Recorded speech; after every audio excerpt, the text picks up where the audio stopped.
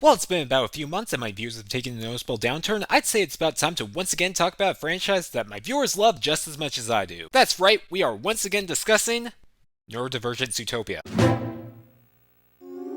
Meet Aaron Blabey. Hailing from Australia, this actor turned author is responsible for nearly 50 children's books. But out of all of these works, one is easily more famous than the rest. This book has spawned not only numerous sequels, but also a feature film adaptation that you've probably seen before. I am of course speaking of Thelma the Unicorn.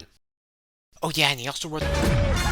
After witnessing his son's growing apathy towards reading, Blabey would combine his son's love for scary animals and cars with his own love for movies, particularly horror films, Mad Max, and the works of Tarantino, to create the very first Bad Guys book. While performed modestly in his home country, the book would explode in popularity once it landed in the US, in no small part due to its involvement in the Scholastic book fairs. This ultimately led to 19 more books, a 3-part spin-off series, and most notably, an animated film franchise courtesy of DreamWorks Animation. Fun fact, shortly after creating the idea, Blabey shared the concept with a friend of his who then remarked how it sounded like a DreamWorks movie. It's safe to say that this little book has quite a legacy to its name despite being only a decade old. However, does it still hold up on its own, or was it merely the jumping off point for greater things? Well, grab a cupcake and I'll explain. You're watching the LionDog show and I'm reading the original Bad Guys book. Before jumping into the contents of the book, we should take a look at the cover art. After all, that's why books have covers. To judge them. It's just the bad guys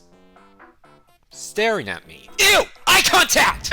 This is a great cover. The orange background is striking, and the main characters are given some extra detail without their designs in the books feeling like a downgrade. The lines behind them are also a nice touch. It looks like they're getting their mugshots taken. It's such a great cover that the movie basically ripped it off for the home media release. The one time where I don't mind the generic DVD art with the main characters standing in front of a plain background. Speaking of the movie, I hate this added tag promoting the movie. I understand publishers adding it for marketing purposes, but it makes the book look like it needs the film adaptation to justify you reading it. If you need to promote the film, why not add a sticker? To give it credit, I prefer this over books that replace the original cover with the film adaptation's poster. Those take the need for the movie to validate the book to a whole new level. Okay, enough gawking at the cover, let's...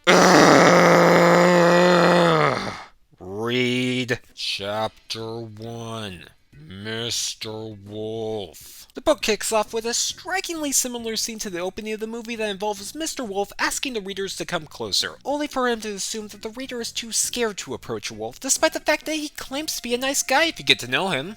Just as long as you ignore his rap sheet. Right from the get-go, you notice how this iteration of Wolf acts a bit more savage, for lack of a better term. While the bad guys' rap sheets are nearly identical with their film counterparts, this book emphasizes their taste in prey rather than their taste in valuables. While on the subject of deviations between book and film, I'm not sure if this is an unpopular opinion, but I like Book Wolf just a bit more than Movie Wolf. While they may appear the same, especially with that video of Sam Rockwell reciting this chapter, Book Wolf acts a lot more defensively when readers take both the dialogue and the art into consideration, like he desperately wants people to like him. As a result, his personality evokes a dorky puppy dog more so than the Danny Ocean, Steve Harrington, Spike Spiegel amalgamation that the film portrays him as. Now, before anyone complains, I love Movie Wolf. I just find Book Wolf to be a refreshing deviation from the archetype that many modern male animal characters occupy. Chapter 2.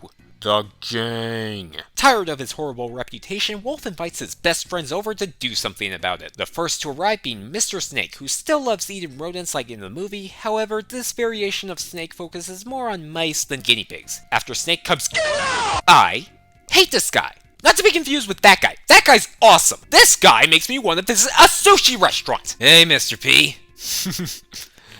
Mr. P. Last but certainly not least is Mr. Shark, who acts a lot grumpier and shows more of an interest in eating seals than the easygoing theater kid that Craig Robinson would portray him as in the film. Now, many of you may be wondering to yourself, wait a minute, someone's missing. That would be because Mr. Tarantula wouldn't make his debut until the second book. Also, no, I wasn't misgendering Webbs. Tarantula is the guy in the books. Also, his nickname is Legs, not Webbs, even though Webbs is a way better nickname considering that both iterations are hackers. But I'm getting off track. The point is, arachnophobes, have I got the book for you. Chapter 3.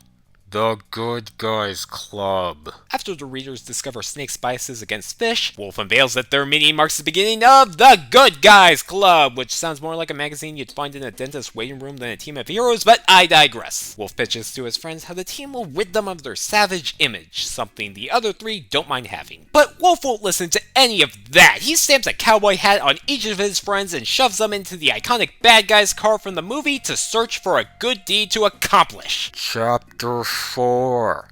Cruising for Trouble. I gotta say, this is a chapter page. It's just a shame that this is how it looks in my copy. You see, stuff like this is why people are giving up on physical media. In the card, the team members ditched their hats for various reasons, with Piranha stating that he doesn't really have a head to wear it. Chico, you wore it in the last chapter! You know, you're really taking me out of the world building with plot holes like that, Blaby! Also, I love how Shark is bending the top of the panel. The search begins uneventful until Wolf picks up on the scent of trouble, which turns out to be...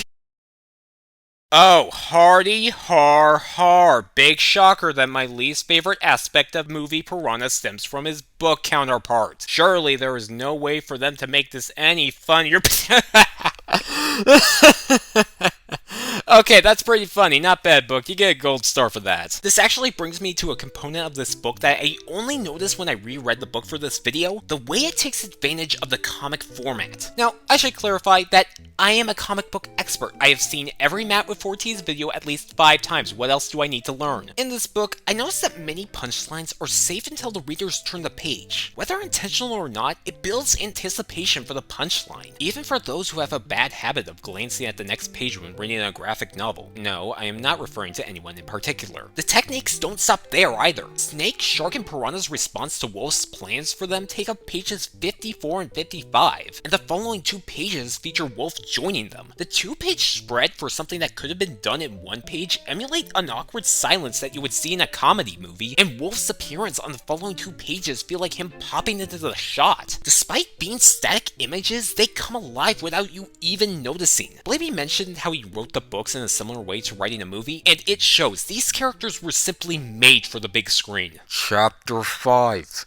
Here, kitty. Upon seeing a cat in a tree, Wolf brings the car to a halt and enlists the other 3 to help him save the cat. The forest attempts to rescue the cat starts simple with the infamous "Here, kitty, kitty, kitty" clip that made its way into the film. When that proves unsuccessful, Shark takes charge of the situation, and dude, I'm 23 and even I'm kinda creeped out by that. After that, Piranha tries to coax the cat down through yelling at it, much like his superior model. Eventually, the 4 work together to reach the cat. I love these panels of Snake and Piranha swinging back and forth. They get even funnier when you notice the cat's face. Snake eventually gets sick of Piranha as any sane creature would and swallows him whole. Unfortunately for those who are into this, Wolf puts a quick stop to it by swinging Snake Mario 64 style. Continuing with the movie comparisons, Piranha causes the cat to jump out of the tree and to land on Wolf, resulting in Wolf's conversion from a canine to a scratching post. Also, it's worth noting that unlike the movie, the cat is anthropomorphic. Instead of the human-dominant society of the film, the book's world is populated near exclusively by animals, similar to neurotypical The Bad Guys in that regard. One of the few exceptions to this rule is who I assume to be Little Red Riding Hood from the first 2 chapters. Chapter 6.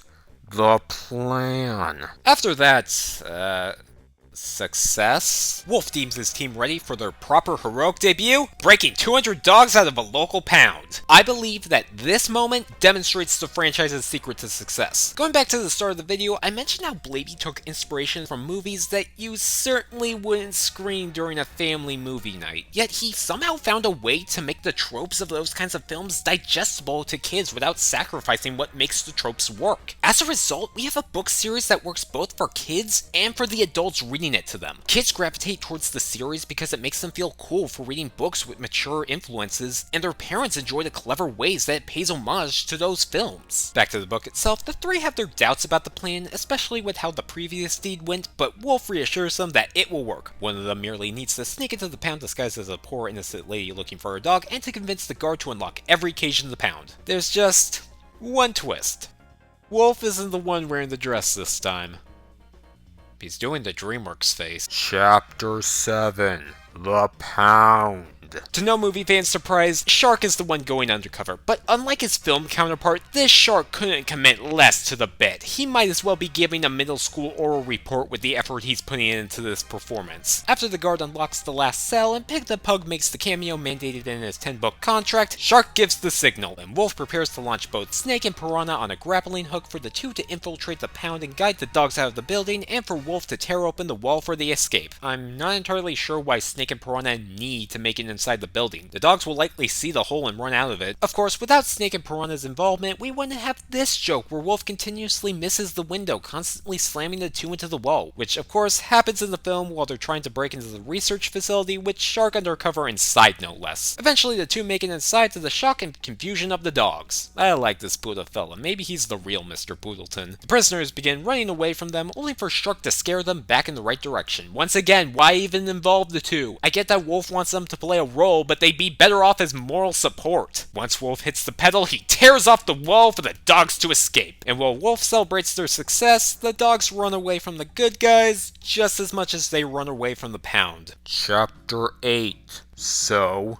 how about it? The final chapter begins with the good guys eating Culvers based on Marmalade's glowing reviews while lamenting how no one thanked them for their job. Piranha stands out as the most furious, with him complaining how the dogs mistook him for a sardine, something that will become a reoccurring gag throughout the series. Wolf then steps in to remind the group that the satisfaction of helping others matters a lot more than any amount of praise. With the three admitting to how good it felt to be the heroes for once, they agree to join the good guys club. Even Snake accepts the offer despite Wolf's disregard for his hugging refusal. We then end the book on another Piranha fart joke and another moment of me hoping a car hits that stupid fish! And there you go, the original Bad Guys book. And I would personally say that it's a good start to the whole franchise. In terms of the average children's book's goal of teaching important life lessons, the Bad Guys achieves it well through teaching its younger viewers to never let their past or others' perceptions of them define who they are, to use their unique skills to benefit others, and to do the right thing even if no one appreciates it. As for the secondary children's book goal of being funny, it impressed me by having some really good jokes. Sure, there is the lowbrow juvenile humor, but there is also a lot of clever slapstick that is elevated by the comic medium that I mentioned earlier. Sprinkle in a couple smart background gags and a few bait and switches, and you have a book that makes even someone who is hard to comedically please like myself crack a smile on multiple occasions. As for the illustrations, they're definitely not the cool and, for some, attractive designs from the film, but for the target audience, Blaby struck a sweet spot where his characters are uncanny enough for some to find them creepy, yet still charming enough for some to find them adorable, creating characters with wide yet specific appeal. Moving over to the characters themselves, the flaws in the book begin to show themselves. Outside of Wolf, the three other bad guys kind of blend together for the most part as rude, savage predators. Despite this, readers still get a mild glimpse at the characters' future personalities.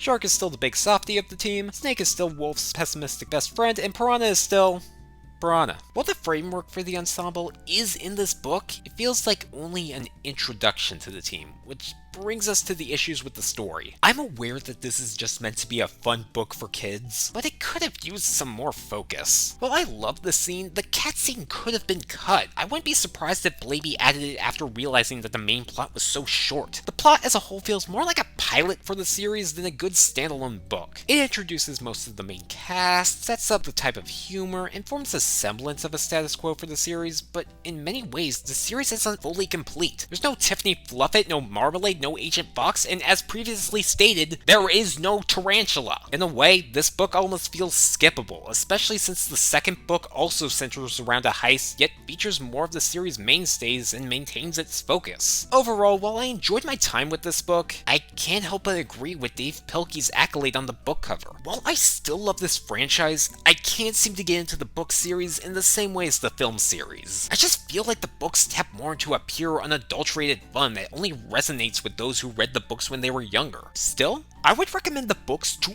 any fan of the movies that it inspired, not only to see where the franchise got started, but also to appreciate the care that went into these absurd books. While researching this video, I've developed a huge respect for Aaron Blaby and his ability to create a franchise that resonates with millions as much as it resonated with him and his sons. That is no easy task. So, despite its flaws and its lack of the deeper storytelling of the books and movies that it created, it's definitely not a bad children's book. Except for Mr. Piranha, he still sucks. You've been watching The LionDog Show. Have a great day, and stick around for more.